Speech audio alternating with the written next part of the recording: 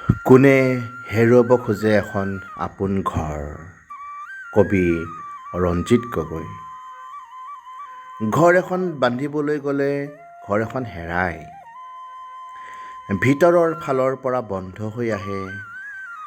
কিমান দিন যে ধুবাং বাংকৈ মেল খাই থকা চিনাকি কোঠাৰ দুৱাৰবোৰ।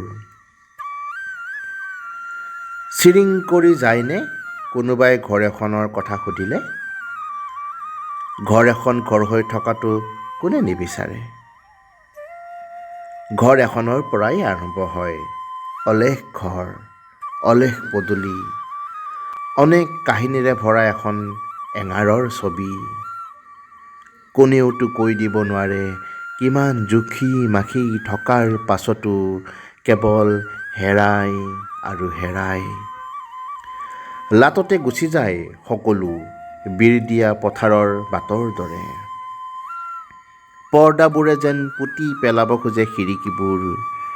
বাহিৰৰ পৰা কোনোদিন ক্ৰমাৎ বাঢ়ি নাহে যন্ত্ৰণাৰ এডাঙৰি জতুৱা ঠাঁচ। ভোগত ভোগালীৰ দৰে ঢাকি থব নোৱাৰি ভাৱলেশহীন এখন মুখ। ঘৰ এখন বান্ধক, কাৰনো হেঁপাহ নাই? বান্ধিব পাৰি মন এটা বান্ধো বুলিলে। ইমান সহজেই বান্ধিব নোৱাৰি যেনেকৈ ভবা হয় বান্ধিম বোলা ঘৰ এখন।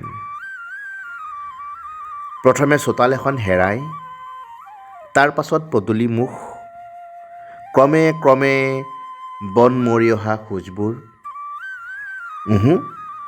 লাজ ঢাকিবলৈ গৈ নকলে কি হ'ব? আমিতো জানো কেনেকৈ পঢ়িব লাগে চকুৰ ভাষা, কেনেকৈ পঢ়িব লাগে ওঠৰ ভাষা, কেনেকৈ পঢ়িব লাগে মুখৰ ভাষা। যি ঘৰ এখন বান্ধিম বুলি ভাবে সি জানে ভাঙিব খোজা অনেক ঘৰ, তথাপি ভাগে। ভাগি ভাগি বাঢ়ি আহে এখন নতুন ঘৰ।